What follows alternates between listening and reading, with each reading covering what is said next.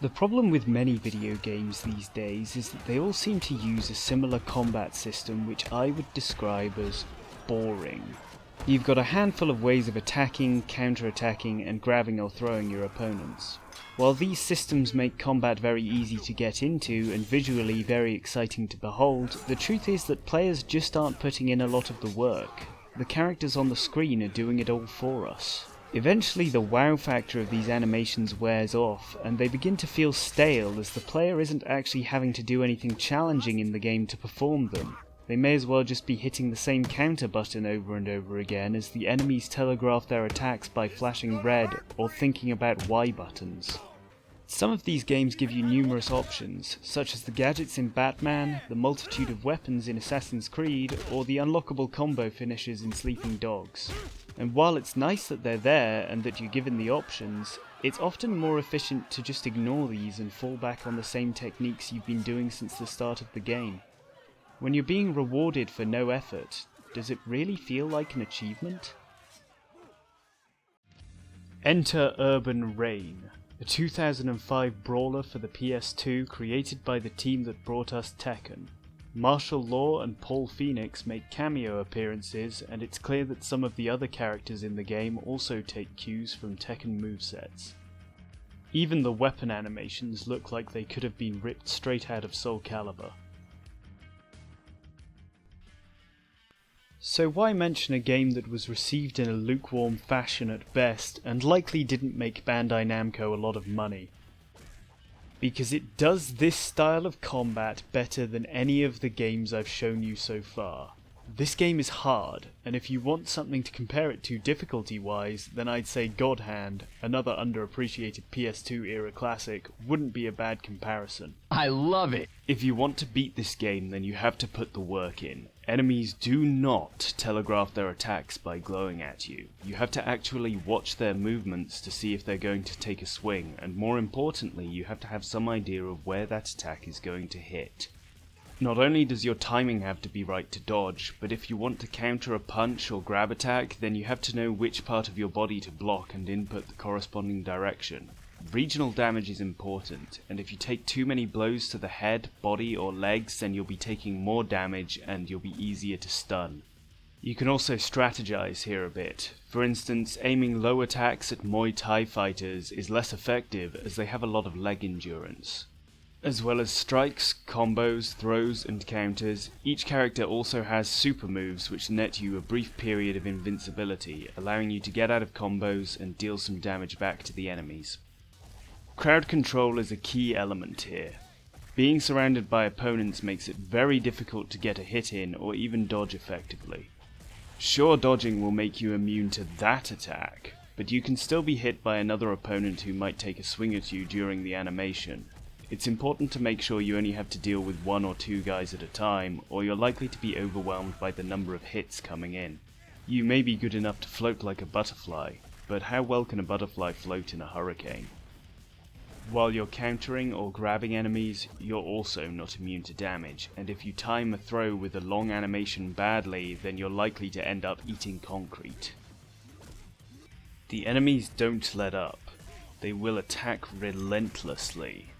In many games using this style of combat, you're only ever attacked by one opponent at a time, but the enemies in Urban Reign are quite happy to beat on you heavily while you're already being grabbed by one of their friends. The good news is that in some levels you can bring a buddy. Then it's time for you and them to dish out pain while the opposing thugs can't escape your grasp. There are several multiplayer modes in the game, including versus modes for up to 4 players. The campaign can also be played in co-op via use of a cheat code. The reason it's a cheat code and not just a regular option is probably because only player 1 has control of the camera, which makes it hard for the second player to see unless you're babysitting the view controls. Urban Reign is not afraid to make you work hard to get good. If you want the next level, then you have to earn it, and while it may seem impossible at first, through the story mode's 100 levels I was constantly improving and able to beat tougher and tougher characters.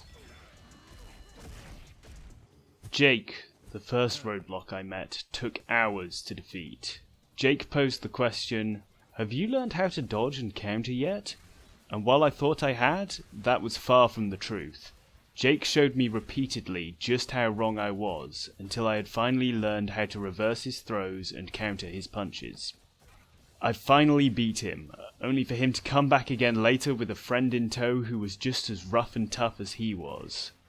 But I persevered, I learned to play well, and I beat them all down, and it felt great. When I come up against tough enemies in games nowadays, they only tend to be a few counters or grab attacks away from death. The guys in Urban Reign will counter your attacks, pick you up, slam you to the ground, and kick you while you're down, so it feels amazing when you finally put them in their place. At times the game can seem unfair. For example, the random factors as to when enemies will or won't break free from your grapples, the fact that enemies are stunned for much less time than you, although this can in part be explained by the AI's unwavering ability to instantly taunt whenever you're stunned. And of course the fact that some enemies just have power-ups that prevent them from being stunned or allow them to regain health. In later levels they often all start with weapons. Yes, maybe the odds are stacked a little in their favour, but therein lies the challenge. You're given exactly the tools you need to take them all out. If you want a weapon, go and take it from them. Sure, it's harder to knock it from their hands than it is for them to wrest it back from yours. But you can always counter or dodge when they try to take it back. So if Urban Reign managed to get combat so right back in 2005 and managed to give us a real sense of challenge and accomplishment, why are we still seeing a watered down version of the same formula today that just feels bland in comparison?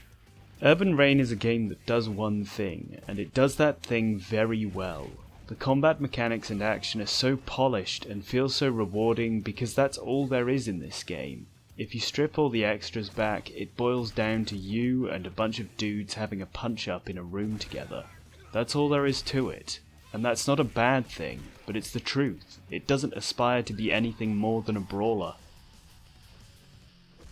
In Assassin's Creed and Schatten von Mordor, you have this great open world to explore, with stealth mechanics, ranged takedowns, and climbing and free-running sections. In Sleeping Dogs, you have shooting and driving sections.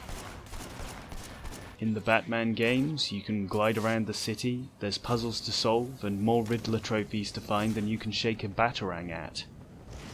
There are so many more mechanics in play that it's no wonder that the gameplay is spread thinner.